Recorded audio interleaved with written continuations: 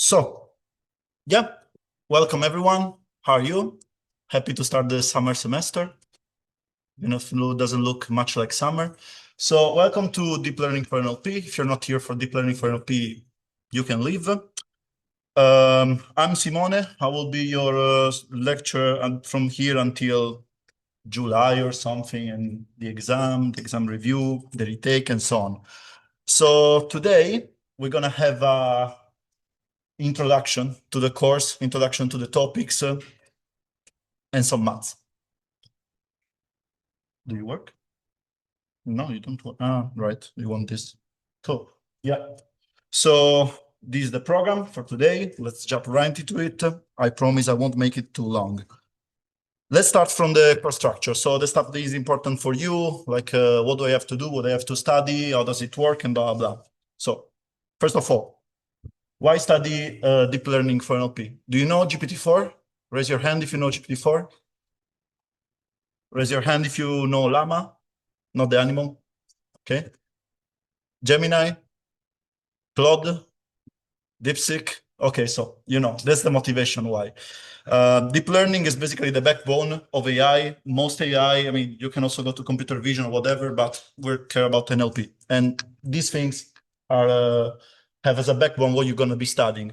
So you are a computer scientist, you're going to become expert. So you need to know, why do I need deep learning in the first place? How do I make sure that I'm using the right tool, like the right model, I'm crafting my rules or my neural network in the right way, and what it can and cannot do, okay? So does anyone here have experience with NLP in general? Raise your hand. Yeah, what did you do? Created chatbots, created systems that communicate between clients and customers and all that. I see. So like you create a chatbot for customer support or something like that. Yeah, someone? Yeah, what you? Yeah, worked on a based sentiment analysis tool for one of the previous courses. Was it intro to LLM or no? No, Okay. intro for LLM I also taken, but Okay. that was for in my master's like necessary course. Yeah. Someone else or like? Yeah, you? I worked on improving and scoring therapeutic interventions and pieces. In what, sorry? My bachelor thesis. Ah, okay. So yeah, so scoring the. Okay, so you are most of you are not new to it, but no worry. For those who have no idea what we're doing, we're gonna cover the basics. So the goal of the course is for you at the end, July, to understand this meme accelerating part. It's still full. So ignore the internet. I don't care. Go somewhere else. Also for this, go somewhere else. But yeah, here.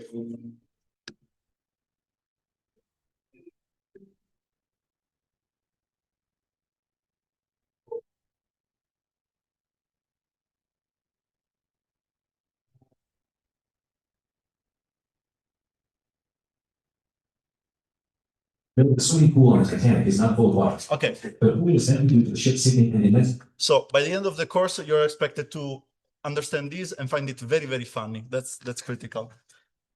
Little shout out so this is like the holy trinity of building the course block until this. You might know Thomas. Who took Infman? Raise your hand. Yeah, some of you already know Thomas. In here, you got a bit of older NLP concepts like encoding, some tokenization. If you don't worry. The course is supposed to be a standalone as much more basic requirements than this. Intro to LLM. Who took the intro to LLM? Okay. So you probably saw more on the surface almost everything in this course. In here, we focus a bit more on the grounding, the theory, the mathematical concept, the intuitions, how to do what you basically learn in that course. It's a shameless plug. This is me. So if you even care about what I did, I originally come from Sardinia. If you are German, you probably know because of holidays. I did my bachelor and master there. Then I decided that I like whiskey, so I went to Scotland and I did my PhD there. Then I decided I like tulips, so I moved to Netherlands. Then I went to Prague to do other stuff. And now I'm here because I like bread or something. So Besides me, there's gonna be an army of teaching assistants. They're gonna be available to help you, solve some issues, help you with the homeworks, because there will be homeworks, asking questions and so on. So yeah, just it's not to say you cannot ask stuff to me, but if I'm busy, probably having 9 TAs is useful. So let's get started. This is the roadmap. So this one, what we're gonna do. And I want you to notice a couple of things. First, that I put you the years where this technology actually were either developed the first time or became actually usable in NLP. So you have an idea that we go from a very, very, very early development until to what is basically state of the art. The second thing is that there's a huge gap between the beginning of July and the end of July. That's because we decided to merge some lectures so that we can do a bit longer during this month, but then you guys have time to, you study, you have other courses and blah, blah, blah. And yeah, after that, we'll meet for a guest lecture, which is not part of the exam. It's basically, I'll invite some researchers from around to tell you, what does it mean to do AI in the real world, actual research. Like, I think for now we have some proposal for legal NLP. So for example, helping lawyers, or we have something about fact checking. We'll see, okay? Yeah, this. So this is how you probably be in the beginning of the course.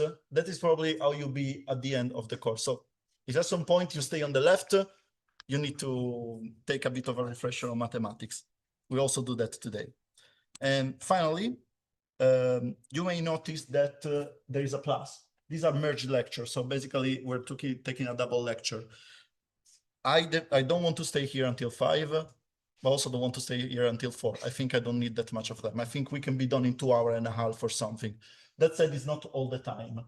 And it will be all in this room with a break in between, because I need it, you'll need it as well, I think.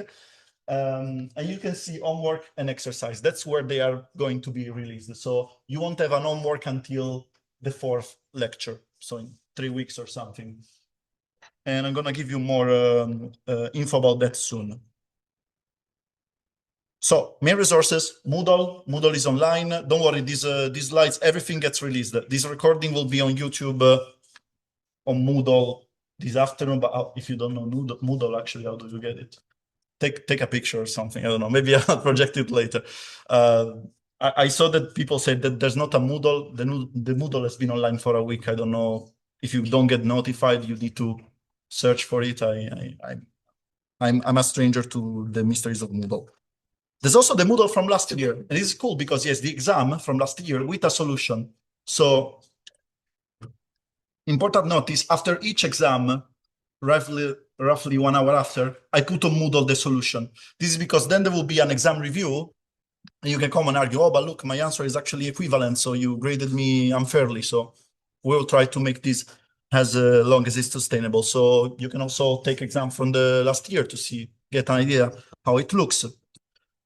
Discord, or we're gonna use Discord because it's much faster than Moodle. You can post on the forum on Moodle. I just think that Discord is easier. It gets on my phone, I can answer quickly. And also your colleagues can help you, I don't understand why is 2 + 2 4, and someone tells you. YouTube, all the recordings of the lectures, after I don't know, hopefully today the recordings will be good. But anyway, they're gonna be uploaded on YouTube in 2 ways. A playlist, a normal YouTube playlist. And last year, someone complained about the ads. He told me there's now an insane amount of ads on YouTube. Maybe some of you pay YouTube Premium. Maybe some of you have another way to not have ads, which I don't know what it is because I don't use that thing, of course. But yeah, if you have a problem with ads, there's this little trick that if you put videos on YouTube as in a Google Slides, the ads do not work. So yeah, I guess they work. We have a feedback form. So if you have an issue, like, I'm going too fast or blah, blah, but you're scared that I'm gonna go hunt you at home and or fail you. This is completely anonymous. It shouldn't ask you for anything like email. If it does, tell me because I must have set it up something wrong. But yeah, we're gonna go through that on every lecture. And yeah, so you may notice there is a little dog in some of the slides, usually in the title. If you see the dog, that means that that's not exam material. It's just to help you understand. It's some additional info. some fun fact, food for thoughts, but you can safely ignore it. All the rest, yes, it can be in the exam. LLMs, use them yes? Question from Google, it says it's not available for participants at the moment. Yeah. Then it might be my fault. Okay. To do? Fix Moodle. Okay. It's gonna be open at some point. Yeah, probably today. So LLMs, I know you're gonna use LLMs. I know you guys are super happy with your OpenAI, ChatGPT Pro, whatever. It's your choice. I'm here to teach you stuff, to make you an expert. You're trying to become master in AI, ML, whatever. It's your choice if you want to become just a prompter of ChatGPT. So if you find a way to cheat by using ChatGPT, have fun. I mean, it's but when you're gonna apply for a job in AI and all you can do anything without asking ChatGPT, and you know, you're on the same level of someone who never studied computer science in the first place. So that's not great. Yeah, if there are issues like a delay in the homework or you're given more time, like if I decide to run away to Mexico, that's gonna be announced, okay? We will recommend books, paper, whatever additional material for the topic. And we use, when possible, like 99.99% of the time, something which is free. You can download it, read it, and blah, blah, blah. Good news, NLP research is open. So every time you publish a paper, that's open for everyone to check. Data, a bit less, but basically you'll be able to find papers. I don't know, we introduced the neural network and we cited the first paper introducing the neural network. If you really want to go deep in the maths, it will be either on the SEL ontology or somewhere else that we'll link. If a work is very, very recent, we're gonna cite the preprint, which is like basically the paper before the experts tells you that you can publish it. Exercises and homeworks, they will be both. So exercises are not graded. They just need for you to understand a bit more, okay? They might be or maybe not super representative of the exams. I don't know, last year there was a huge drama that people say, oh, I expected the exercises to be the exam. No, I don't know if there's an exam where you like, I don't know if there's a course when they give you an homework and that's the exam, but you know, it's a bit in the between.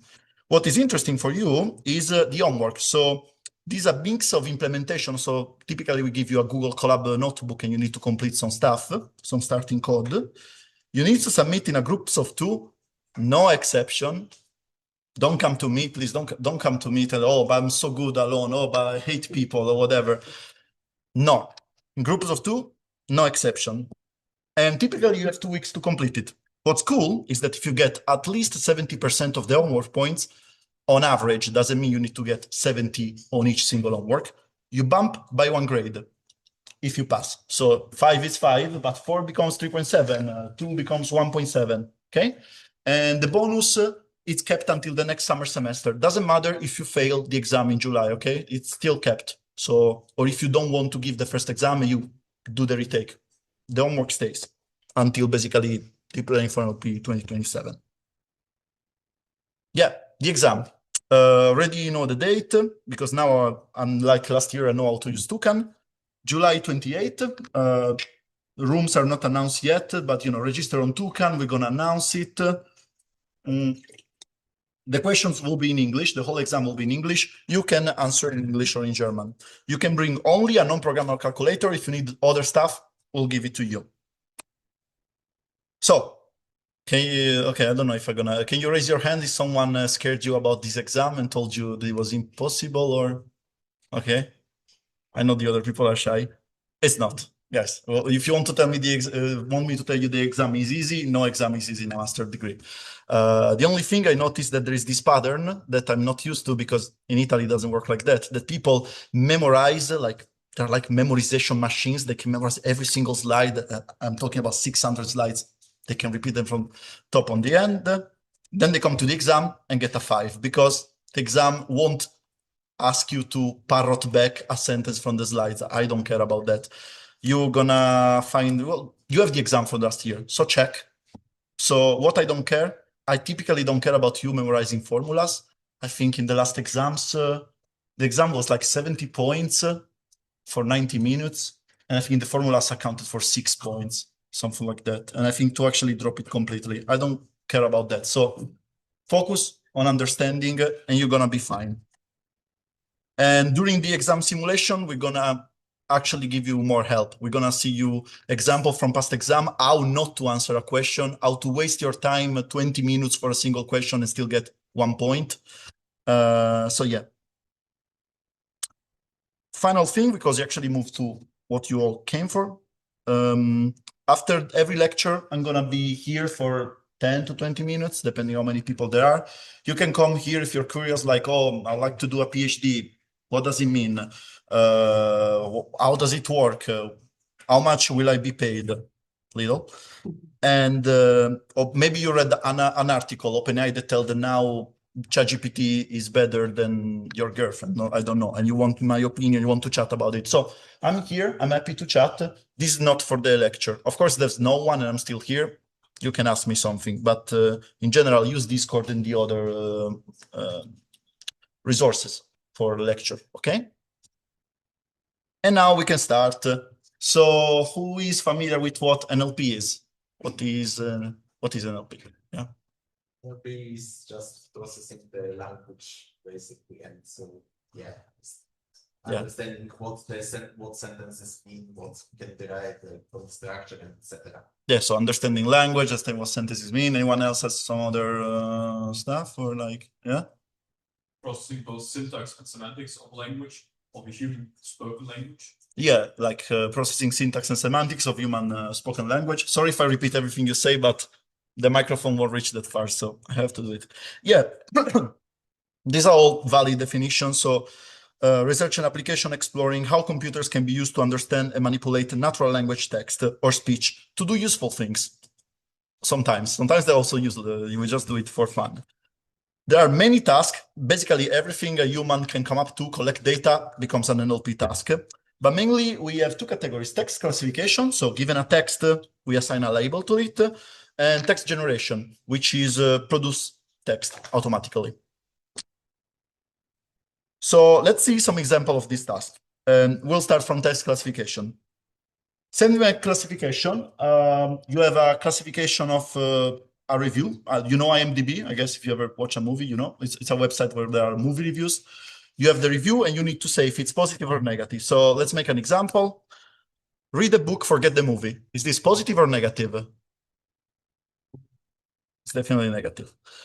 So there are lots of challenges in this task. Semantic compositionality, long-range dependencies, because this is probably the shortest review. Like, you know, you have those huge paragraphs when someone really go bonkers with it. The IMDb dataset is probably the most famous source for this. It's 50,000 reviews, split 50-50 into a training and a test set. We're gonna check later, gonna introduce what a test set and a training set is, don't worry. So if I have to ask you, why was it so popular or interesting, the IMDb? Yeah? Maybe because you have labels as stars, so you know the true answer if it's positive or negative. Yeah, that's a very good thing. It already comes annotated because you don't need to read and you have the stars, so you can put a threshold like, you know, above 3 is positive, below is negative or whatever. Yeah? That's real life reviews. People write it. Sorry? It's real life reviews, like people It's real, it's not simulated, so it's true for people. Another thing, it's free. It was on the internet. You didn't need to pay anyone. Yes? It has a wide variety of language, so there is a lot of sarcasm, a lot of details. Also that, like, lots of people, they will like, and that's one of the challenging parts, right? Lots of sarcasm, form of speech, lots of different use of languages. Yeah, and as I was saying, it was free, so you didn't need to pay for it. You also need to pay to annotate it. It's easy. NLI, natural language inference. So we have two sentences and we need to say if the second one entails, contradict, or is neutral with regards to the first one. So if I tell you a soccer game with multiple males playing, and my hypothesis is like some men are playing sport, is it confirmed? Does the second sentence entail the first one? Yes, it does, because indeed it's plausible. Some men are playing sport. We said in the first sentence.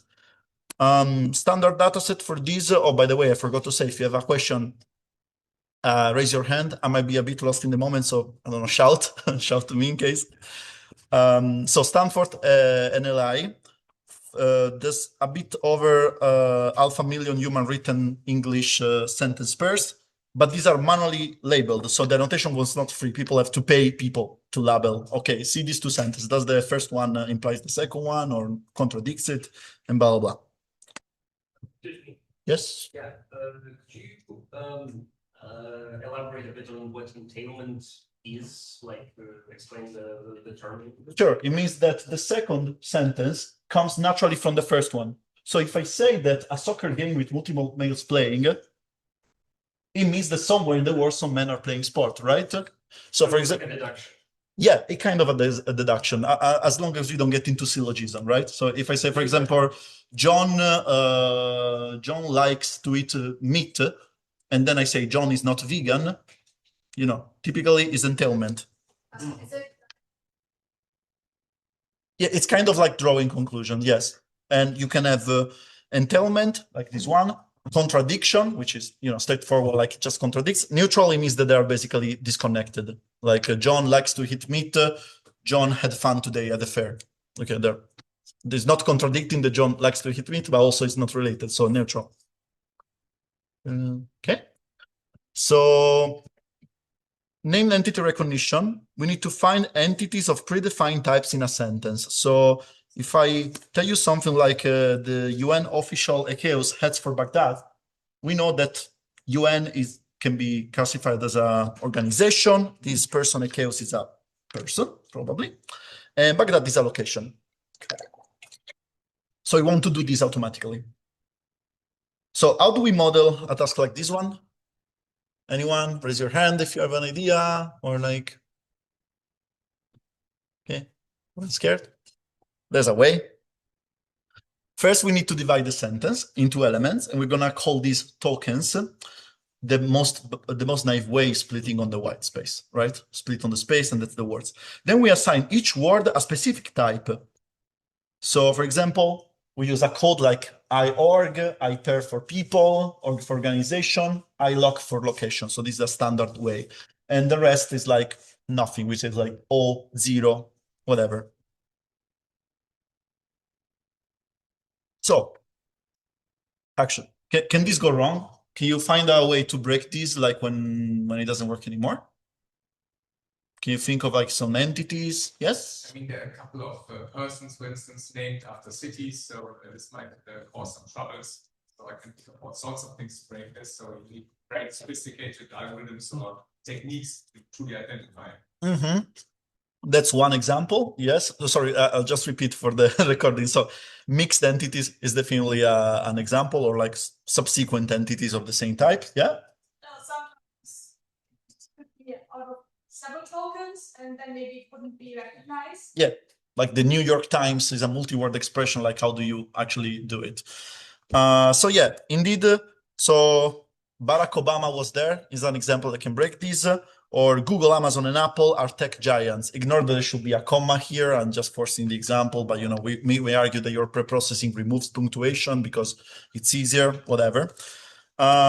Luckily, the encoding we just saw, which is called bioencoding, accounts for this. So B stands for beginning, EI stands for inside, and O for outside. So when you have this example, you have Barack Obama because B pair, I pair, and Google, Amazon, and Apple because B. So that's how it's solved. And O means just outside. Notice we don't have an end of the entity because it comes naturally. If there's a O after, is ended. If it's a B, it's another one, so it ended anyway. So you can quickly process it automatically. Okay, let's move. BullQ, super fun. We have a short passage of text and a question about it that we can answer only yes or no. So, for example, the Great Storm of 1987 was a violent extratropical cyclone which caused casualties in England, France, and Channel Island. Question: Has the UK been hit by an hurricane? Raise your hand if it's yes. Raise your hand if it's no. Why is no? I was too late to raise my hand for yes. Okay, so it's yes. It is yes. Last year, someone pointed that a cyclone and a hurricane might not be the same thing. In the dataset, this is yes. Maybe they are wrong. You know, it wouldn't be the first time that someone makes a mess with a dataset, but you get the idea. So we have complex, not factored information. So it's not like 2 + 2 or like John likes to eat meat. Yes or no. So you mean you need more kind of complex checking to solve this. Multi-RC, multi-sentence reading recognition, reading comprehension. So now we go a bit more complex, more deeper. You have one paragraph, a question, and a list of true or false answers. So each Q&A pair, so each question compared to the context must be evaluated independently. So often they're not connected. It's not like because A is true that you can infer that B is true as well. And answering each question requires drawing facts from multiple context sentences. So if I give you, for example, it's much bigger there. Here's a bit small. Marie Curie was a scientist who discovered radioactivity. She won 2 Nobel Prizes for her work in physics and chemistry. Curie was the first woman to win a Nobel Prize. So what did Marie Curie achieve? Did she discover radioactivity? Yes. Was she the first woman to win a Nobel Prize? Yes. Was she a famous artist? Not that we know. Did she study biology? Are you sure, actually? Because, you know, you may argue that when she studied for physics, she might have had a course on biology, like as a basics. It's like saying, you know, she studied mathematics. So you can never know, but you have a reasonable assumption that that's not the main thing that you care about with regard when it comes to Marie Curie. And now we can move to text generation. Now there is a 3 million text generation, so I'm going to try to make it fast, also because we need to jump into more applied stuff. But very famous machine translation. Translate a text from language from A from B. So for example, English, pineapple doesn't go pizza. And I don't know how to say this, but I assume, can a German person here tell me this is correct? Okay, no protest, so. I wouldn't say passt auf Pizza, passt nicht auf. Oh, doch, kann man sagen. Yeah, it's good. So say a native speaker will then say it. You would say, das gehört nicht auf Pizza, although only people with that taste would say that. I'll see you in July at the final exam. No, it's okay. This thing is actually very interesting. We're going to cover it in a moment. You basically say, I wouldn't say it like that. So there's going to be a huge issue. So challenges endless, meaning preservation, the context, the structural differences between languages, because for example, Indian may be completely different in how it constructs phrases because compared to a vaguely Latinized language. Typical dataset, WMT, which used to be a workshop on machine translation. You know the difference between a workshop and a conference? A conference is a big event when we publish our paper. A workshop is a sub-event at the conference. Usually it's a bit easier to get acceptance there. And the paper may be seen as less prestigious depending on your metric. At this point, WMT is as competitive as our conference because it became so big. Like, every year they create the best data sets. They have a huge army of expert translators to create really good data. So now it's one of the few cases in which the workshop is almost harder than the actual conference. Fun fact, so first instance of the dog, not going to repeat it every time, so now you know how it is. Machine translation is still hard today. So in the 1954, during the Cold War, IBM made an experiment when they presented this huge machine which translated American to Russian. It was a very simple rule-based system. It translated, I think, 60 words and their combination from American to Russian and vice versa. And of course, people loved it because, Cold War, it had political reasons to be very interesting. And when they were interviewed, the scientist at the IBM said, oh yeah, give us 3 or 5 years, we think we're going to solve machine learning. We're still waiting. So you can see here that none of these is supposed to be news somehow. And I don't know if you speak Japanese, but I guess you can get that this is not the right translation. Also, we just covered that it's hard to say what is a good translation. So does anyone here speak French? And he's not too shy? Okay, I'm gonna assume nobody speaks French or is too shy. But yeah, you see these picture, this figure is from a table in a paper where they try to translate the sentence "sans de moteurs," these in 10 different ways. And the human evaluators were translators. And here you can see how many things it's correct, how many things it's wrong. And you have so many ways. Without fail, he has been concise and accurate, without getting flustered, showing himself. You know, sometimes everyone agree, but most of the time people disagree because, oh no, that is not what a native speaker will say. Oh yeah, nobody will say it like that. Oh, I just think it should be longer or shorter. So it's hard. The less common a language is, the worse the model performs of it. So we talk about high resource languages. English is the golden high resource languages. And then we have low resource languages. So raise your hand if you know what's the definition of a high or low resource language? Anyone else? Yeah. Also, I'm gonna let you answer, but don't be shy. There's no such a thing as a stupid question. Nobody cares. Don't worry. Yeah. Well, low resource languages, we don't have much sources, much text, so it's very hard to train a model with these kind of languages. Yeah, so languages we don't have a lot of data about. So it's not directly correlated to how many people speak it, even if, of course, if you have a very weird is my computer bothering me? Of course, you may argue if you have a tribal language that only 30,000 people speak, that very likely not much about it on the internet. But yeah, it's about how much data you have about it.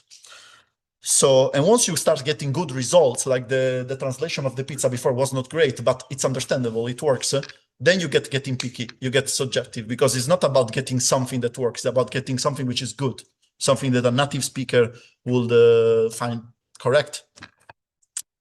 That said, we have many other natural language processing tasks. If I say from generation, semantic textual similarity. I give you two sentences, semantically, how similar they are. How do they say the same thing? Do they have the same meaning? Back translation is translating something and then back translating it back to the original language. And you might be surprised, it's not always goes like the model actually goes back to the original one, but you need a model. Okay, you may say, Simone, why don't you just take the initial one? Sure, but you may want a model which understands both languages, right? To show you how robust it is. Summarization, the one you probably used ChatGPT for when you were trying to shorten up something. So a lot of tasks, which we won't cover, but you now got an idea. As an extra, classification as generation. So initially we had models which did text classification, then text generation. Today is a bit more mixed because stuff like ChatGPT or Claude can also do classification while generating. So consider this. You open your chatbot, you ask input, I hate pigeons. Hypothesis, my feelings towards pigeons are filled with anonymity. Label, Claude or whatever, response entitlement. So it generated text, but you also made a classification. So the line is becoming like very gray, you can use generative model to classify. Typically, you cannot use classification model to generate, but that's another question. That said, we've been here for how long? Half an hour. I think it's time to have a bit of a rest. So every lecture, we're gonna have a quiz. Don't worry, you'll get another chance in the next test. Quiz. Evaluation, benchmarks, and datasets. So we saw how AI can do something, how NLP systems can do something. Let's see how we actually evaluate it. So generally, we have a benchmark, which is basically a standard set test to evaluate, compare, and rank the performance of the models.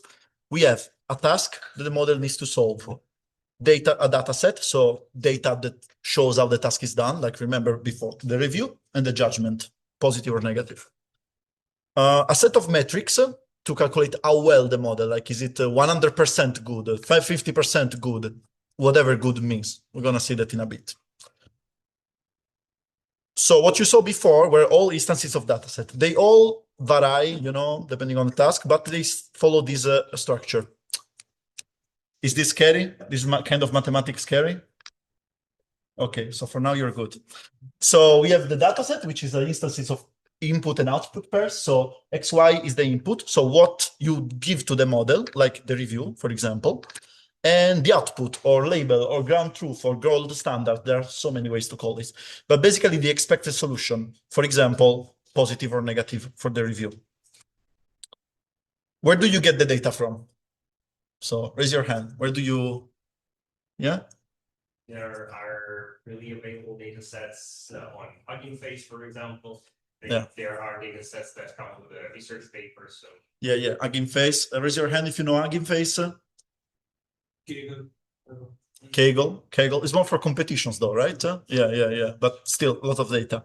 Yeah, you should have been there like 10 years ago where Hugging Face did not exist. Yeah? Do you consider something like NLP Arena, where you basically let two models blindly work against each other and then one person picks the better answer? Would it be a benchmark or? It's a benchmark by definition. It's just that instead of evaluating, well, in LLM Arena, you're really just evaluating n models singularly and then compare because they compete on the same metric. So you have a ranking.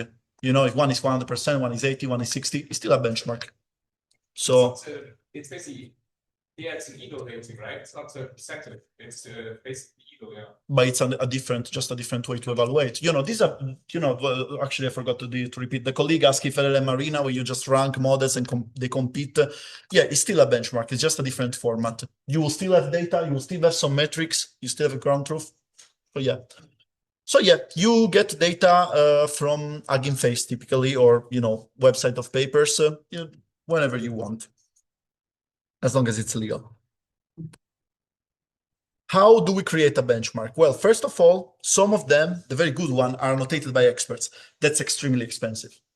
To give you an example, I think it was 2020, something was during my PhD. We made a mental health dataset, which consisted of therapy sessions to teach LLMs how to impersonate a client or a therapist. And we had professional therapists annotating a lot of stuff, like literally every turn of the conversation, what kind of techniques is the therapist using. And the dataset is public, it's called an MI, it's public domain, you can download it. We need a specific therapist for this, therapist with a specific background. And they told us, yes, we are willing to reduce our hourly pay because we are really interested in the research. The hourly pay was 200 euros per hour. Sorry? The reduced pay was 200. Yes. They said it was very low for them, but they really liked the research. So in the end, I think it costed 10,000 euros or something like that for one of the conversation. It was oof. So what happens? Each example is annotated by multiple annotators. Then you decide the final gold label that is basically, you have three judgment. If two people say yes, one says no, majority decides. Is there a problem with this? You think? Raise your hand if you can see. Yes? Multiple people can still be wrong. Yes. Yeah? Multiple people can be right. Multiple people can be nothing. Yeah? Sometimes there is not just one answer. Sometimes they're just not. Lots of tasks are subjective. So how do you measure the task subjectivity and the annotation quality? With inter-annotator agreement. These are metrics which tells you roughly how much two annotators, actually, sorry, these are how much. No, wait. I'm gonna use them. How does it work? Oh, I can choose the color. Okay, let's go. Yeah. How much annotators? Because there are metrics which account only 2 annotators, metrics that account for 12,000 annotators, right? So how much they agree or disagree. Examples, Scott Spy, CoinScappa, Randall Scaffa, blah, blah, blah, blah, blah, blah. The header. I guess this is not, oh man, I'm a mess. So it depends on your setup. Interesting thing, these metrics are pessimistic, which means you need to really have an abnormal agreements to score high, because they take into consideration chance agreement. Just they are statistically calibrated, so that they assume by default the annotators agree by chance. They don't agree because it's true, right? So the metrics usually go from -1, which basically you scientifically demonstrate that nobody can agree on your stuff. Usually that means your task is either very hard or you frame it incorrectly, right? or 1 to perfect agreement. Then there are thresholds. For example, I can tell you for phrase kappa, I think 0.2 is almost no agreement. Then there is moderate, which is between 0.4 and 0.6. There is substantial, 6.6 and 0.8. And, you just go up. So we don't want to also collect data. We want to split data. Yes? From the previous slide, what a question. This one? This measure end up influencing how a model is trained? Are the answers like weighed by how much people disagree, or will they just being picked out if there is no consensus, or what do you do if there's no consensus? So the question is, how does this impact the training? We're gonna see it later, but to just give you a teaser, you can do either use it to get a gold label, and they use that, I have inter-annotator agreement of 0.7. It's good enough. I use majority voting and I don't care if there is another hidden secondary ground truth. Or you can use the disagreement as a signal for training. So there are more advanced AI training, like NLP model training, which takes into account the disagreement as a signal. And you may have a confidence score. How confident is the model in its choice, right? So something like that. So as I said, our models are typically trained and tested on some data. We let the model observe the data somehow, we'll see later how, and learn how to solve the task. But we can't train all the data we have, right? Because otherwise, what do we test stuff? We make up examples. That's okay. We can do it, but it's annoying. So we typically split the data set in 3 sets. This can vary, but this is the normal setup. Training set to tune the parameters of the model. What are the parameters? You'll see later. Validation set to tune the hyperparameters. What are the hyperparameters? You'll see later. And the test to see if the model are learned. So consider this as like, I don't know, the study material, and this is the final exam. What is in the middle? Basically, validation set is for architectural design. There are some things that you can change in your network, how big it is, how do I explain this without before introducing everything? But basically, how wide the space of representation. Do I represent a sentence as 1 element, 2 elements, 3,000 elements? So this is the validation set is for. You use it to understand, okay, I can go smaller or bigger and blah, blah, blah. Never train on the test set. Never. This is bad. The test set should never be used to tune the model. What if I have very little data? No. What if I really trust my model? No. Why? Raise your hand. You can get why. I'm waiting for more hands because I want more new people to answer. So yeah, you. Overfitting. Just one reason. If you train on the data you're tested on, it can be that you fit directly to that data and get better score. Okay, overfitting, which is basically where the model. Sorry? And a question to the slide before. You have a question to the slide before? No. Yeah, I had a question to the slide before the slide. Okay, we're gonna go back to this, but yeah. Because when do you use this is in training, right? When do I use each data set when I have something like an inference task? No, in inference there's no training. In inference you will use maybe only a test set. Training is like presumes that you're training something. So the model from scratch or fine tuning, we're gonna see that lecture later. But no, if you have an inference task, so you're just producing only this. Okay, assuming you don't want to change anything. That said, overfitting is when the model doesn't learn and just memorizes the distribution of data. That's a reason. Then there is another reason, which is more basic and more conceptual. Anyone has an idea? Yeah? Sorry? Yeah. In other words, we are cheating. You are cheating because if now I show you the exam and you study on the exam, are you actually learning the topic or are you just memorizing the exam to get a 1? Right? Yeah?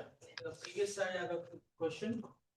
This slide is causing a lot of yes. Yeah, Yes. usually the data is separated or split into like a training set and a test set. So I have a bit of confusion between the validation part and the testing part. Why can't we do the same thing which we're doing in the validation set also in the test part? It's just a conjecture, like is how things are done. There are benchmarks in which there is only training set and test set, so it's up to you. It's not doesn't mean that you cannot do it, but usually you have a validation set which is specifically for that. You may craft the examples in the validation set to make you understand whether there is a problem which requires the architecture to change, for example. Does that answer the question?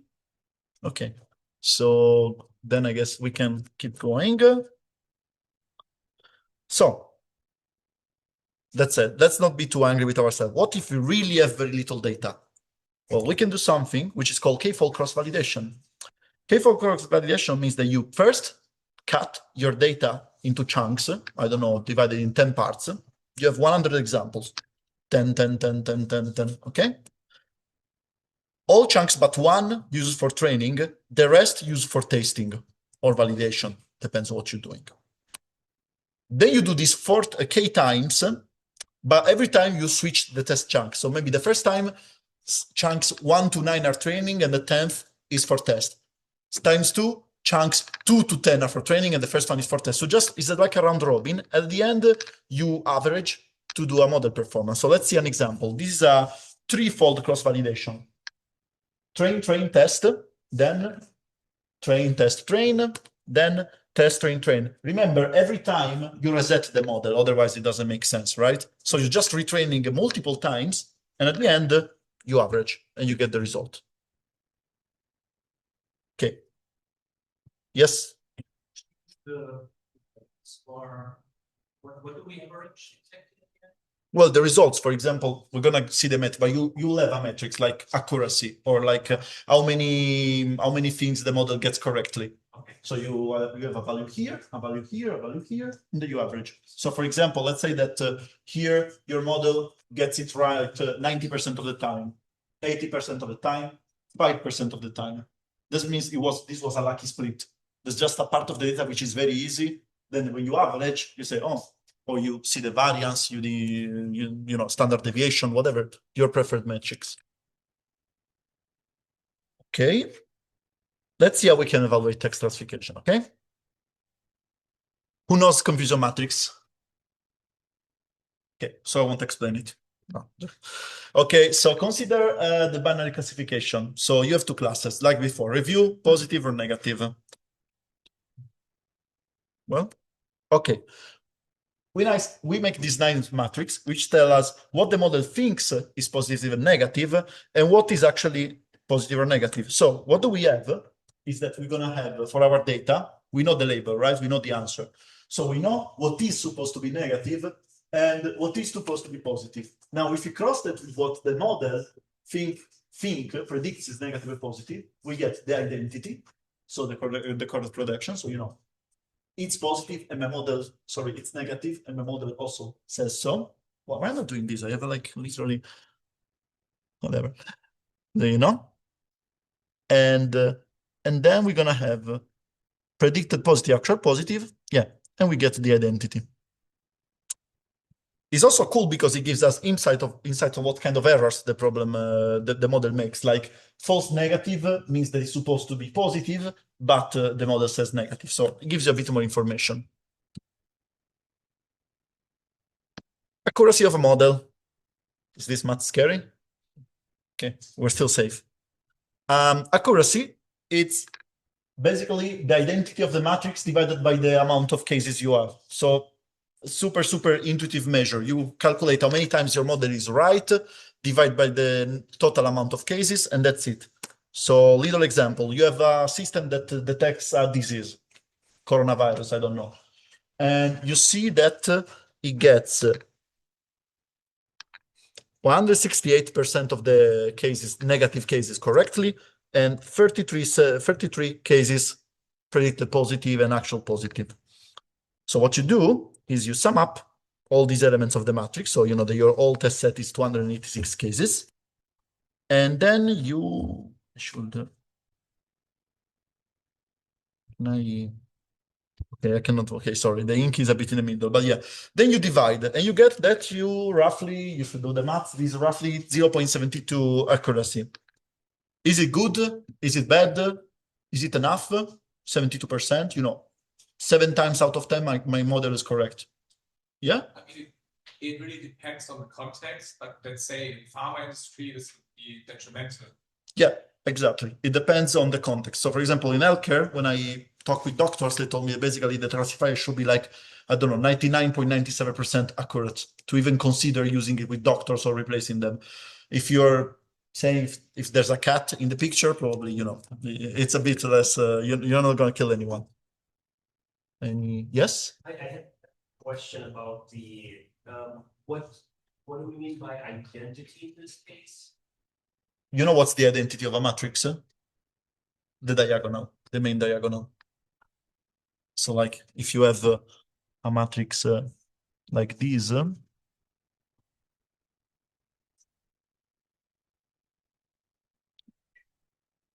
yeah? Yep. Okay, so yeah, accuracy is not enough. So also it doesn't take in account class imbalance. What if my model is 90% accurate, but I have only one example of negative, right? One example. OpenAI, I guess you know OpenAI, right? ChatGPT, whatever, presented a benchmark, which is called @bench, when he said, ChatGPT is on par or better than expert doctors because we have this benchmark about, answering questions, diagnosing stuff. Then a doctor came in the thread on Twitter, it was a huge drama, and he said, I checked the data set, you have only rare diseases. So your model may send my patient to do, I don't know, some colonoscopy or whatever if he has a cough, because you think he has some super rare blah blah. Doctors don't operate like that, right? So we have other metrics. Precision is like the true positive divided by the sum of the true and false positives. So what we correctly classify as positive versus everything we classify as positive. Then we have recall, which is what we correctly classify as positive versus how many examples are actually positive. So we put the false negatives. False negatives means it should have been positive. Our model says it's negative. And F1 score is the harmonic mean. F1 score is super cool because it's more robust to, fluctuation, extreme values. Averages are not really a great metrics. And of course, all of this is for the positive class, right? So we can also calculate precision for the negative class by substituting the relevant elements. One thing. Yeah. One more example I use in a test I find very strong. It's a sort of Matthews correlation coefficient because it takes all of the cells into account and gives you one value describing how well you want to predict it. So it's basically overall score that very briefly and quickly predicted from -1 to 1 how good you predicted of the cells, and it's very robust against imbalanced classes. What's the name of the metric? Matthews correlation correlation coefficient, MCC. But what you use is a correlation. So means you're comparing two things. That actually just you would take a confusion matrix and you put all of the values in there, true positives, false negatives, every big score, and then you get -1 to 1 score about how well you predicted your true positive, false positives, everything. So it's one score for all, and it's arguably a very easy to understand score that balances all of the different. That's a valid alternative. You don't have to know the Matthew correlation score for the exam. So there are 3 fuzzy metrics, right? But yeah, definitely, this is a very basic one. Yours is definitely more advanced. What if you have more than 2 classes? So these are a confusion matrix for 2, 4, 5, no, 2, 4, 6 classes. How do we do this? How do we expand the matrix? Anyone has an idea? Someone wants to raise a hand? I'm scared. Okay, I'll tell you then. You can calculate precision and recall for each class by just aggregating the other 5 classes as class B, right? So you revert back to the case of a binary confusion matrix. So let's say I consider money FX. I wrap all of these into, I don't know, order. My calligraphy is atrocious, I'm sorry. And then you can calculate that. But for the F1 score, this doesn't, if you check the formula, doesn't work. in there you can do various stuff. You can do macro averaging, where you basically average all the precision recalls and you calculate the F1 score. Yes? Thinking about how this would be a problem because we just talked about how data sets have to be somewhat balanced. Yeah. And if I have a huge class that's other, would that be huge because I try to balance all these classes? But you're calculating it with every single class. Then you can average them, you can inspect them, right? So Yeah, you're always doing all the aggregation into class B, so you account for that. But yeah, macro average literally means just average of your precision or your recall, and then you can calculate the F1 score. Micro average uses class weights. You don't need to know the details. We may give you a little example exercise to do it, but you just need to know that it's there.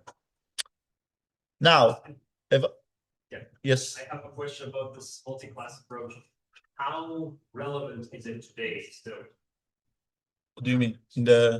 Yeah, like because from what I understand, precision recall is still used to solve problems, but is this kind of deduction still used in practice, or is there some more robust way to do it that we will discuss later?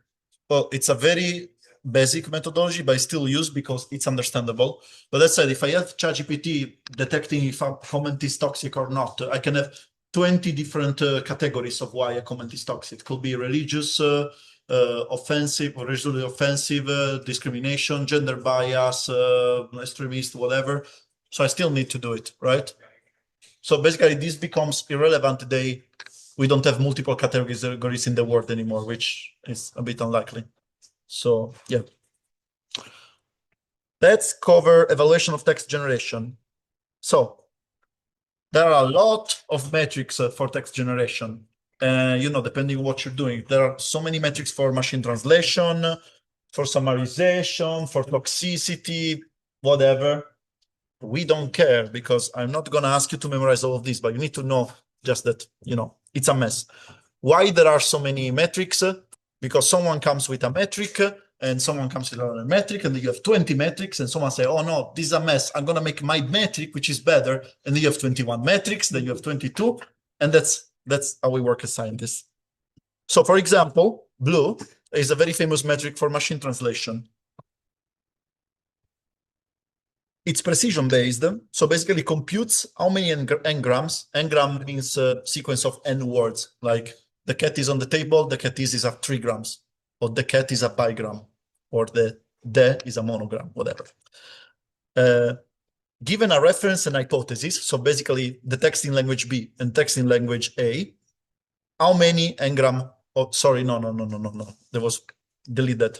Reference hypothesis, I mean the ideal translation, the ground truth, and your system translation, right? So pizza doesn't have pineapple, said perfectly in German versus what your model translates, and checks how many n-gram overlaps within that. So basically, say how many parts of the text are in common between how it should be translated and how your model translated. So it's a ratio of the number of overlapping n-grams to the total number of n-grams in the hypothesis. The problem, BLUE is corpus level, so it's over the entire data set, basically, not only or a sentence level. Drawbacks, it does not really take recall into account, so it doesn't get how many of the total n-grams you find of the one you should have found by translating. Matches only exact n-grams, which is very problematic in translation because you can say the same thing in 20 different times.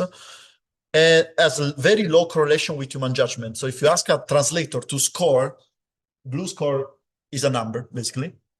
Ask them to score, a translation, they don't really correlate. Like it's not like BLUE increases as the human score. Why is it used? Because the first paper showing that BLUE is not relevant is for 20 years ago at this point. Why? Because if I need to do a paper, I need to compare myself with the 20 previous years of machine translation, which use BLUE, I need to use BLUE. Similarly, we have Rouge, which has different variants, different flavors, and it's similar to BLUE, but it's recall based. For example, Rougel measures the longest common sequence between the ideal translation and your model translation. This is not exam material, but I thought it was nice to give you an idea. And guess what? It doesn't correlate with human judgment either. So I think all the best metrics I thought maybe have 0.4 correlation with humans. It's very hard to make metrics correlate. Now, the tricky part of benchmarking. First of all, we talked about before, we're assuming that there is a ground truth. We assume that given a question, there's an absolute truth, which is, that's the correct answer, the others are wrong, which is a bit unrealistic. So if I ask you, is there a bird in this image? It's pretty, unless some borderline cases when I make some illusions, it's pretty easy to say that there's a ground truth. It's yes or no. It's Rome, the capital of Italy? Well, yeah, for now, yes. So it's very easy. But this doesn't make sense, especially in language when we go to more challenging things like, what's the meaning of the word? It depends. Apple. Am I talking about the brand or am I talking about the fruit, right? So there's not a single ground truth. Is this comment toxic? Toxic to who? Based on which, system and blah, blah, blah. This is apparently subjective. But basically, the implicit ambiguity and the variation impacts how you build your model at every stage, from data collection to the training. And we should see it as an opportunity. As I said before, there are ways of training models which takes this into consideration. This is actually a great paper to read about. If you train a model to use the annotator disagreement, you don't need it for the exam. The slides are enough for the exam, but if you're interested. Also, we are biased as human. We are biased. We are terribly biased. We have political beliefs. We are influenced by that reel that we saw on TikTok at 3 a.m. So the data sets are often constructed from a small number of annotators, and humans are biased. Is there someone here that comes from psychology background? Yeah. Do you know? Sorry, I woke you up. Do you know the crisis, the reproducibility crisis in psychology, right? It's a problem they're having now because many studies claim something, but they're hard to reproduce. They're not even, maybe they're not statistically strong, or it's very hard because there are so many things that are unclear, could vary so much. It's the same in NLP. You cannot have 300,000 people annotate your data so that you can say that's a good representation of the German population. Usually you have 5 people, 10 people, 20 people. So it's a huge problem. So how do you take into account the gender, culture, religion, politics, blah, blah, blah? It's not important if you're asking me if there's a bird. I'm pretty sure if I ask a Chinese person and an American person what's a bird, the answer is going to be overlapping. But something like comment is toxic is highly context dependent. And usually the model do not generalize well to what we refer to out of distribution examples which are not in the data set. There's all this thing about, these models can do anything. They cannot, it's just they have seen everything for some tasks. But the moment you ask them something you didn't see, they just have the same machine learning issues as the same as the model from the 90s. And also, I think finally, we have artifacts in data set. Remember, models are not humans. Models do not know what cheating means. If a model finds a shortcut to maximize accuracy, he's going to take it. If he learns that all your sentences that have negative review have not, he will learn that when he sees not, it's negative. And when we use it, it's going to fall apart because I cannot live without seeing this movie again. Negative, there is not. So you need to fight against your model, right? To make it learn genuinely. And this is actually the end of the first part of our lecture. I propose a little break. If you don't agree, I'm going to take it anywhere because I need it. And then we're going to go for the scary part of the lecture, the mathematical foundation of deep learning. We see the maths behind the machine learning. It might not make sense and be boring, but in next lecture, you realize why it's super useful and let you understand everything much more easily. I hear you. I got my eyes on you. Okay, so today we see function minimization, minimizing multivariate functions when functions become heavily nested, and efficient computation of gradient. So, first question, what are we? We attending this course? Don't know. Everyone is special. We have no. Okay.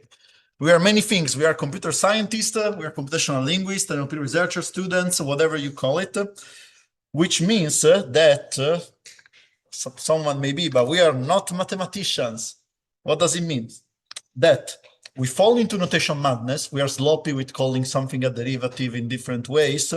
We only get as deep as we need to understand the maths. Then we don't care. Personally, I don't care. We trust that our system is learning something, even if we cannot prove some optimization bound that makes it super objective. And we are happy with a good enough solution. So this is not set in stone. You might be super,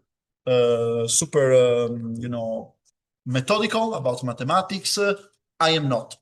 And if you're a mathematician here, if you come from pure mathematics, you're gonna get triggered at this lecture. So I warned you.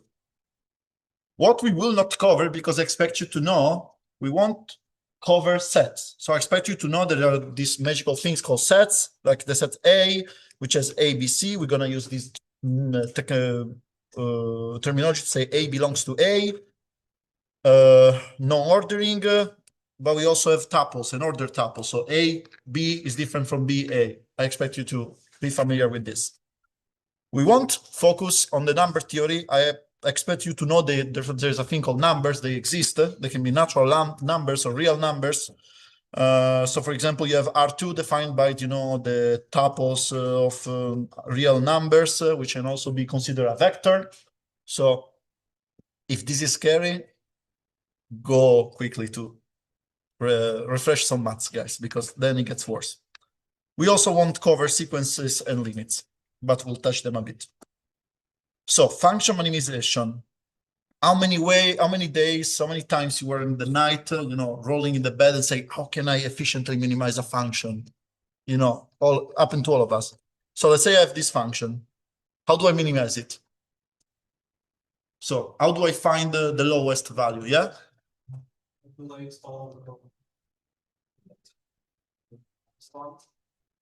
Okay, calculate all the local minima, the smallest one. Someone else, something different, something or the same thing said in a different way. Yeah.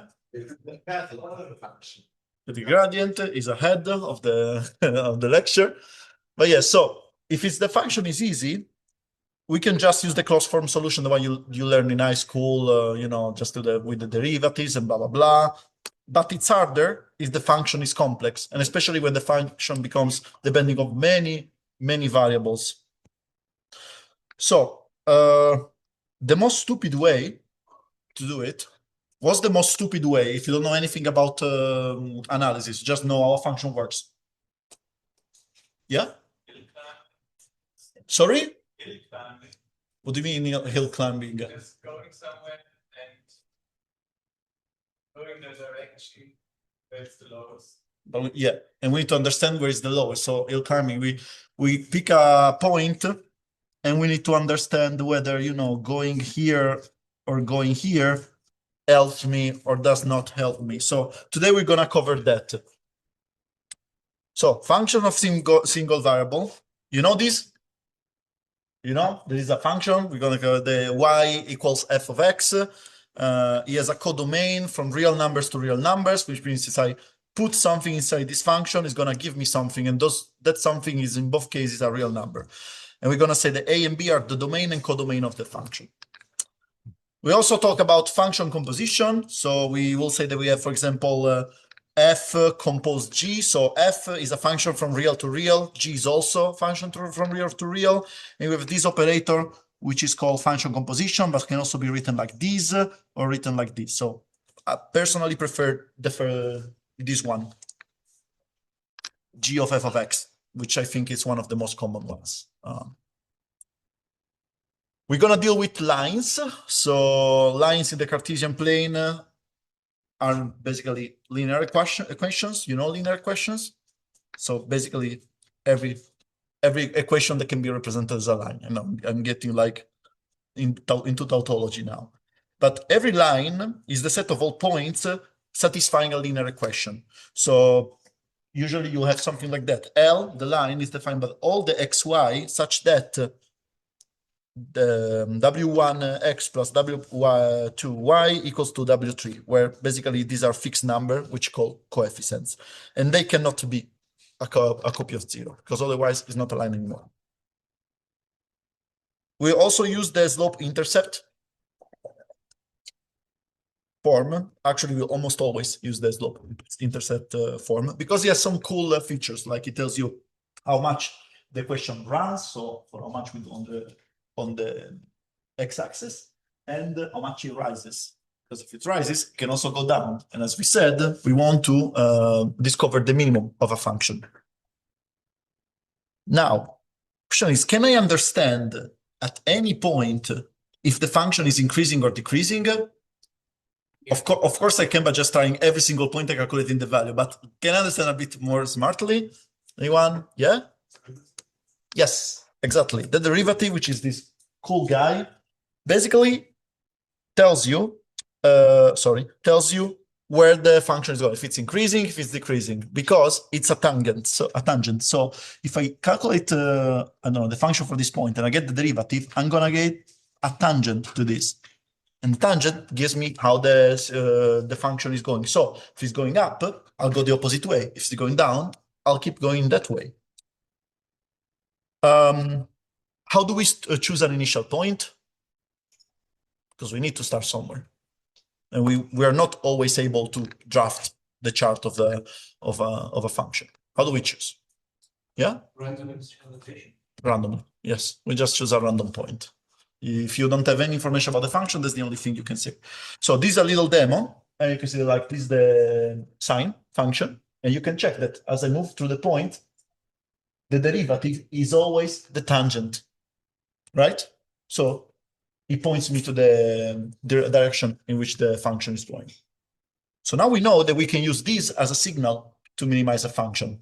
How? We'll see in a bit. Okay.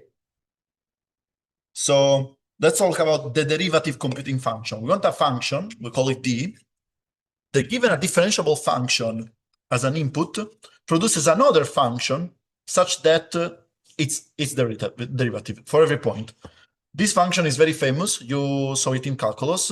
You call it like this, the of the x. So this is called the derivative with respect to x. Our function has one variable, x, the over the x, I don't know how it's called in English, how it's pronounced.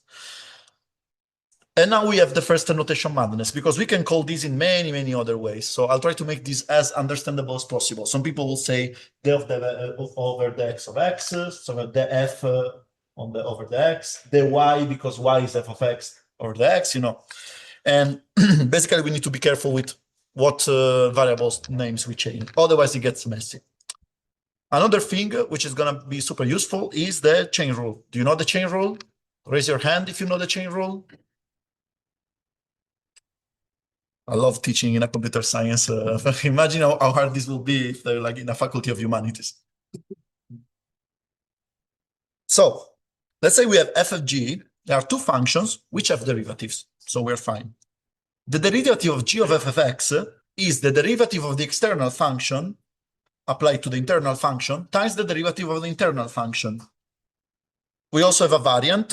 If you use the function composition, you can see this is basically the same. It says, if we say g dot f is the composed function, then h plus is j dot f prime, that is j prime dot f times f prime. So basically, again, derivative of the external function with respect to the internal function multiplied by the derivative of the internal function.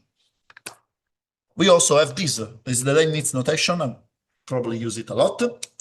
So if we call the h of the x the derivative of h with respect to x, which is the most internal variable, like, you know, most externally, we have g, then we have internally f, and we have x. So we'll say that the h over the x is, again, h with respect to the function and f with respect to x. It's the same thing said in 3 different times.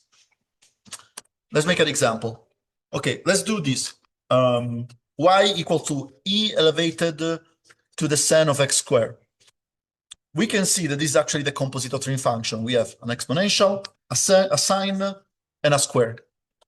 So let's follow the Leibniz notation, but let's also try to decompose it via auxiliary function. So we will define one function for each composition.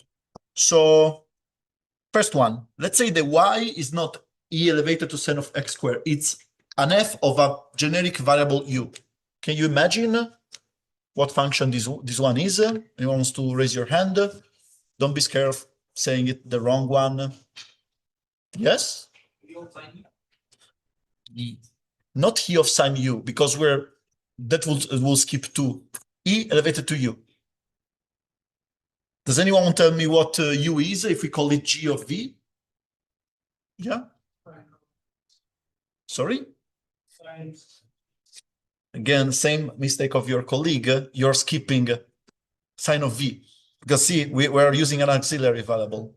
And let's say that we have a final thing, v is h of x, yes?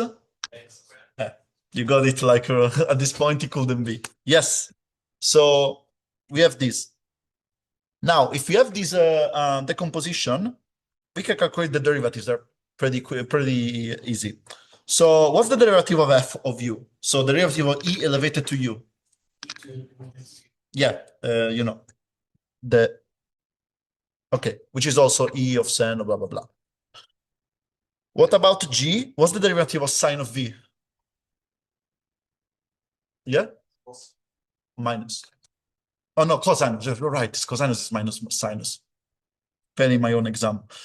What about this? H prime of x? Yeah? Yeah. So we go back. Using the Leibniz notation, we have all this stuff, which we just said. And the derivative is nothing else that the y with respect to u. The derivative of u with respect to v, the derivative of v with respect to x. And it's just a product. Now, if you calculate with any other, no substitution, but just calculate it, you realize this exactly this.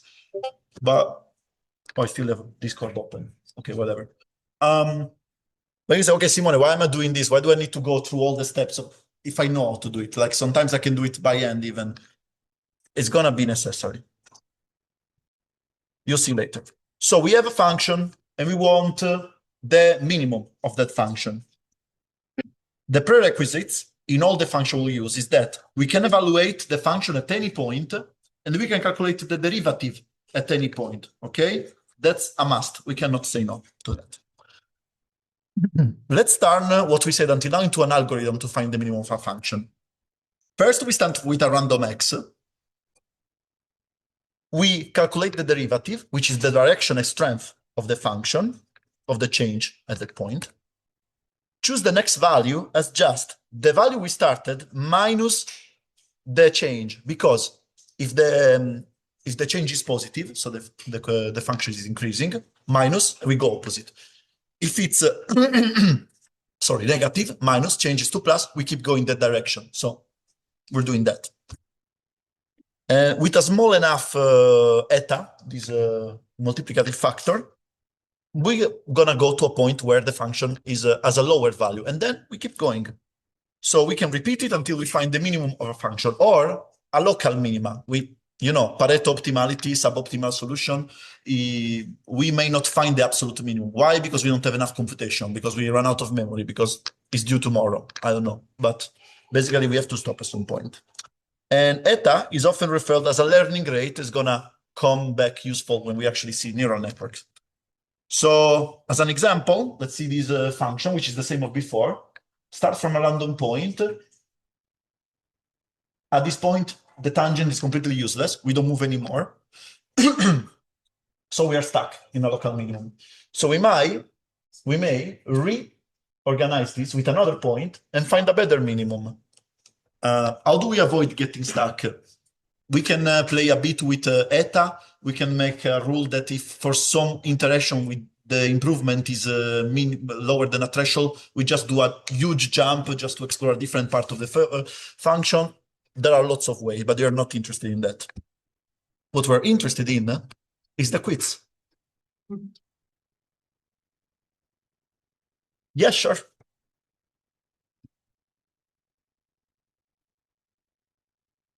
This we're gonna discover when we actually talk about neural networks, but assume that there is a function which tells you if a comment is toxic, and this function gets bigger as the comment is toxic and smaller as the comment is not toxic. So what if we have a very cool way to minimize this function, and that actually corresponds to training a model? Yeah. So, okay. Okay, let's go to multivariate functions. So, okay, we saw the sign, super cool. Hey, no worries. He understood that you cannot get the chocolate anymore. The Rosenbrock functions. Do you know the Rosenbrock function? Raise your hand if you saw this function before. Okay, it's this function. It's very hard to optimize. Can you tell me why? Can you guess why? Looking at the charts. Yeah? There's almost any point it goes down to somewhere. Well, if almost any point went down, you will converge quite quickly, actually, unless you have some very weird yield. Not through the real minimum, I think. It all goes down through this sort of pole. Exactly. This part, this valley is almost flat. Your derivative becomes worthless. So Rosenbrock is a very known benchmark, very well-known benchmark for function minimization. If you want to flex your new algorithm, say, oh, I minimize Rosenbrock in like 20 less iterations. So to understand this, we need the partial derivative. We're all good on partial derivatives. Is the directional derivative with respect to a single variable. So now we have function that depends on, I don't know, x and y. We can derive with respect to x and with respect to y separately. So for example, we call the f with respect to x2, derivative of f with respect to x2. The total derivative matrix, because, you know, if you have x1, x2, x3, we have one value, we can group it into a vector or a matrix, is called the gradient, and is also this symbol, which is nabla, I think. Yeah, nabla. Whatever. My Greek is not good. So let's say we have this function, x1 squared, x2 plus cosine of x3. This is the first derivative, 2x, 2x1. This is the second derivative, and this is the third derivative. If this is confusing, check a bit again derivatives, okay? And as a result, the gradient is just a vector composed of those three elements. So why is it useful? Because as you can imagine, when we move to function in more dimensions or more variables, the gradient tells you in which direction the steepest ascent of the function is at that specific point. Now, be prepared for some notation madness. Sometimes we say that the gradient is the function, sometimes the actual vector. We don't care, we're not mathematicians. We can apply gradient descent to multivariate functions. So the only thing is that now our points are Rn, or instead of having a single value, we have a vector. So an example, this is the direction of the gradient in a multivariate function. So you can see that now, if I use that vector to create the direction, it always tells me where's the steepest ascent, where the function is increasing. So now I can actually do the same. I can move in the opposite direction and minimize the function. Now, this is the gradient of the Rosenbrock function. You're not expected to know it, but in the last year exam, there was a question, why is the Rosenbrock function hard to minimize? You know, it was 2 points question. It was quite easy. It was like, because there's a steep valley and the gradient becomes almost flat. Nothing more, nothing less. So yeah, you have this thing that the gradient gets stuck and converges very slowly. And this is an example. I set up a very naive gradient descent to the Rosenbrock function, started from the valley to make it super hard. And I set up 1,000 iterations. Are we gonna reach -1, -1? What do you think? In 1,000 iterations? We're not gonna reach it. Look how slow it is. We're just at the beginning. At this point, the more you move, the more like this is like that thing, the derivative has a rate of change like 10 elevated to -4, -6. It's almost nothing. You may argue, okay, let's increase the learning rate. So make a huge learning rate. So even that is good. But still the number is lower than 0, so it's like, sorry, lower than 1, so it corrects it a lot. And still you risk that it jumps completely, otherwise it starts going over everywhere. Also, your algorithm becomes just hyper-optimized for this specific function. Not great. Now we go even worse, when the functions becomes heavily nested. So Rosenbrock is still kind of understandable, right? Okay, let's say this. We have this function. 1, blah, blah, blah, blah, blah, blah, blah, blah, blah, blah. Okay, so what's the derivative of f with respect to W0? Yeah, it's hard. So now you see why we need a way to do this more easily. What if I told you there is an easy way to do this? No matter how complicated the function is, no matter if there's like 20 levels of nesting, and what if I told you this will be very probably a question of the exam? I bet now you say, oh, Simone, I want to minimize the function so much now. But first we need a bit of notation madness, I'm sorry. So let's say we have these two functions, f1 and f2. They're both function of x. And then we have f3, which is a composition, like it's, I don't know, h of g of f, whatever. It's this function h, which has as variable f1 of f2. So we have the composition as usual. Then f3 is a differentiable function of x as well. And we can express this, the chain rule. So again, notice this. We have external function times internal function, then internal function variable. But this time we're summing because there are two different contributes. So this might be also x and y, depending on what you're doing. So the ordinary derivatives are evaluated at whatever, f3. Sorry, I will correct that later. And the partial derivatives are evaluated at f1 and f2. So notation madness, we can also call it like this. So for example, we say it's derivative of h with respect to f, because you know, derivative of h has internally f, and f depends on x, or h with respect to g, and g depends on x. Again, why am I pointing at the thing? What if you have two independent variables, so not two functions depends on x? Suppose that you have f1 that depends on x and y, then we have f2 that depends on x and y. And then we have, again, f3, which is a composition. Then f3 is also a function of x and y, and guess what? We do the same, but for x and for y. Again, external function, internal function, variable, plus the other external function for the other internal function respect to x. And then we do the same for y. Now, if you're not, yes? All is it f3 is the addition of f1 or f2? Additional? If it's a composition, basically. This is basically, you're having f, g, and x. You're basically having h of f, whatever, or g, or something like that, right? But h does. No, it doesn't matter. As long as it's composition, yes, and it depends. You know, as long as it's a composition of a function of x and y, it also depends on x and y, because when we change the internal function, the external function, the overall result, moves as well. Now we can finally get a bit to the point.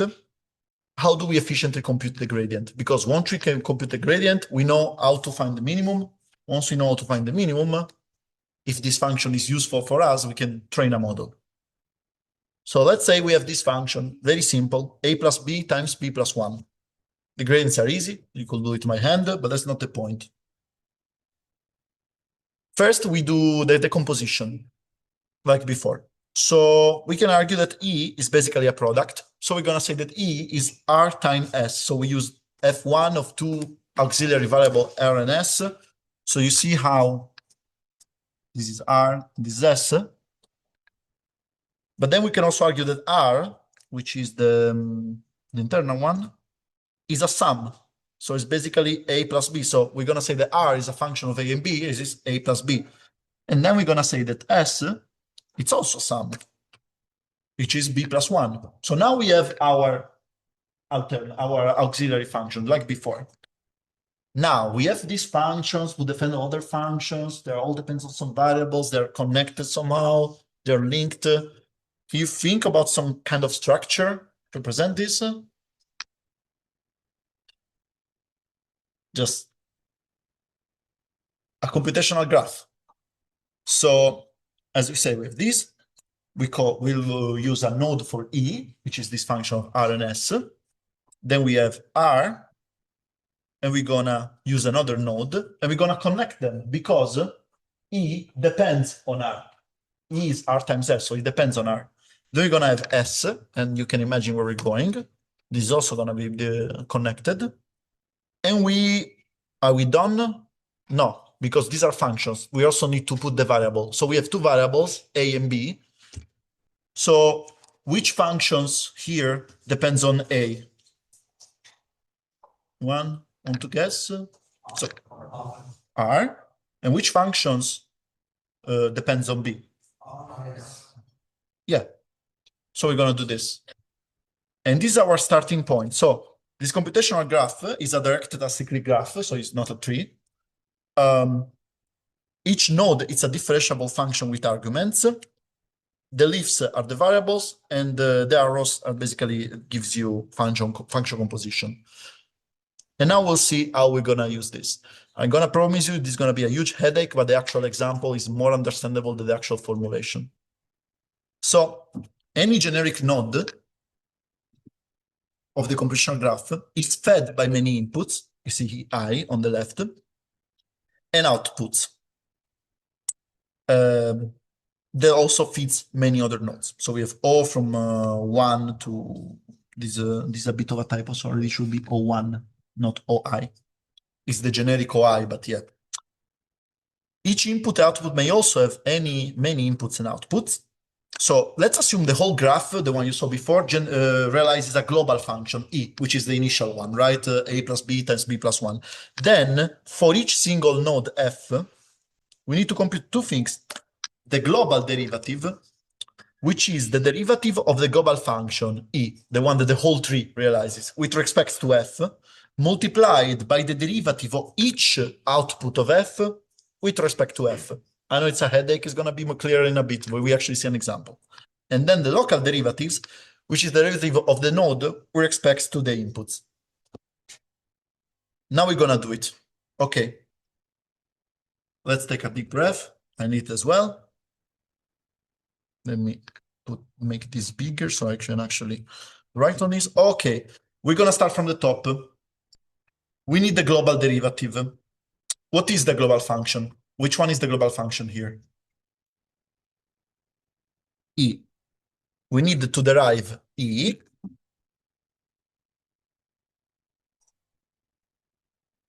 with respect to the function realized by this node. But what function does this node realize? No, this one. We are starting from here. You know? E.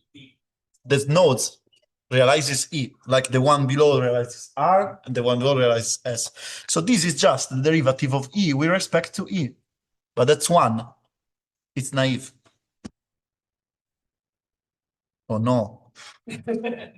I swear the old version of PowerPoint let me Control-Z this. Okay. Now it's readable. And now we need to calculate the local derivative. So this is kind of a base case. It tells you always the global is the global function with respect to the function of the node. But this is the node of the global functions of E with respect to E. So it's 1 by definition. Now,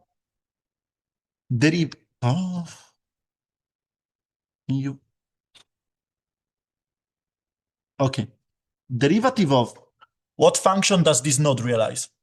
We say that E.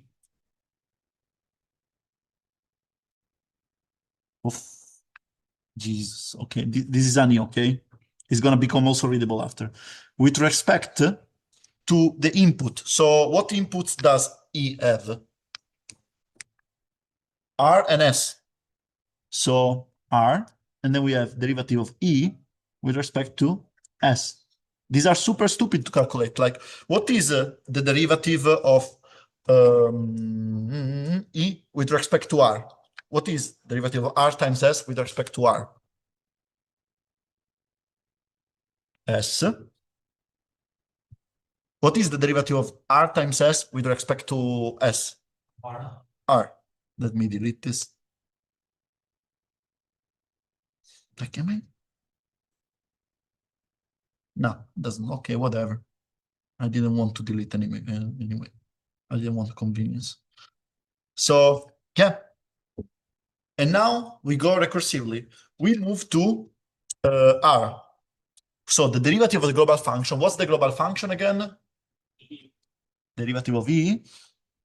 With respect to the function realized by this node, which is R. Now, this is where we can use the formula. Is basically the sum of the derivative of E with respect to the outputs. Now, the derivative of E with respect to the output. What's the output of R? E. So that's still E. Oh, we just calculated this one. Times the derivative of the output. What's the output of R? E, yes. With respect to F, which is R, the function that we are realizing. But wait, we calculated already. The first one is 1. We have it. The second one we just calculated is the derivative of E with respect to R. It's S. So we don't need to recalculate it. We can just... I need to fix this for the next lecture. It's just S. It's 1 times S. So if you check the formula. Now for the local derivative, we know that R depends on A and B. So again, it's going to be the derivative of R with respect to A and the derivative of R with respect to B. Now, what is the... Let me make it a bit more readable. What is derivative of A plus B with respect to A? What is the derivative of R with respect to B? Yeah, it's 1 and 1. When we move to S, we're going to do the same. Derivative of E with respect to S. That is nothing but this. Wait. This times this. No, sorry. This. But we calculated already. It's 1 times R. And for the local one, we're going to do again the derivative of the function S with respect to the things it depends on. But S depends only on B. So it's the derivative of S with respect to B. What is the derivative of B plus 1 with respect to B? It's 1. Anyone wants to... This is the moment to ask, guys, if something is unclear. Yes? Why can we not the second step, like in the second node, take the solution directly because we calculated D with respect to R, for instance, the E. That's exactly what we're doing. That's why I'm saying, oh, well, we already calculated it. So we're just taking it over and over. Yeah, but you're basically writing DE divided by DR is equal to, and then you're putting in this DE. Oh, yeah, that's just to show you the formula, you know? It's just, you know, if you see the generic formula, E with respect to the output times output with respect to the function. It's just to show you how it unwraps in the formula. Because later when we move to the variable, this is going to be more, yeah? But I need to show you because it's stupid. And I've also DE with respect to D is stupid. But if you apply the formula, that's what you obtain, right? But why do we have to apply the formula? Because right at the top, it's directly stated. So is there a case where we need to calculate this formula and not directly take the previous input? You can always take, but it's necessary to show because if you have like a 20 level of nesting, you're not gonna have just E derived to E. Like for example, let's move now to A.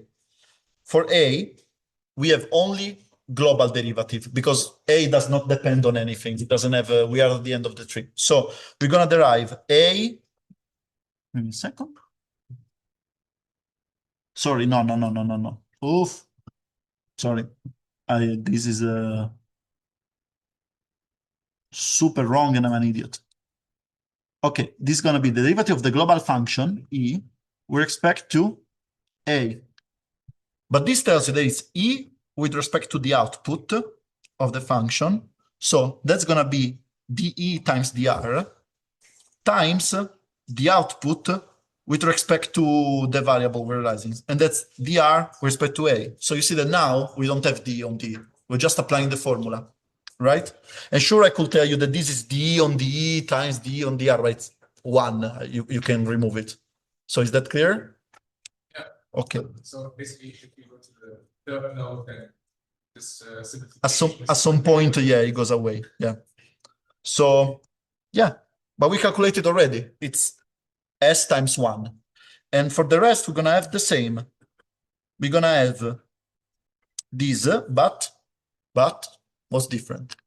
There's a sum because B depends on both R and S. I mean, influences as output both R and S. So we need to apply the multivariate chain rule, which means, okay, do the chain rule, but sum for each variable. So you're going to have it. You're going to have it here for R, and going to have it for S. And you have S plus R. Now we are at the end. We obtain S and S plus R. I put the gradient here. If you look, S is B plus 1, which is the gradient. So we get it here. And A plus B, sorry, S plus R is A plus 2B plus 1. So we got the other gradient. So we calculated the gradient by just applying recursively this algorithm. That every time you calculate the global function with respect to the node, and then the node with respect to the things it depends on. And you keep applying this, applying this, applying this. And no matter how complicated the function becomes, you can always decompose it until you get to this thing, this structure, and calculate efficiently the gradient. Now, for the implementation, you just need for each node, how to compute the output values and how to compute the partial derivatives that you need there, as we just saw. So you do the forward pass, you calculate the values of the function, so you just traverse the tree, and then backward pass, when you calculate the partial derivatives. How do you do it? How we do? You can go by level, or you can go all deep in one level and then in another. That's really up to you. But we basically solve our issue. We can express any function as a computational graph, apply recursively that. Can you implement that in Python? Yes, of course. It's a couple of derivatives, and that's it. So to compute the gradient, we run the forward pass, and then you backpropagate. And this is the exact mechanism of a neural network. And by caching each node intermediate output, you see they were constantly saying, oh, but we calculated this already. So we just cache it and save computation. So we can actually make a very efficient algorithm. So this is the basics of neural networks. In the next lecture, we're going to see how this becomes a neural network. And we're going to actually train a neural network by hand and see how it works and how we go closer to a task. A very simple neural network. That's it. So get some well-deserved rest and see you next week.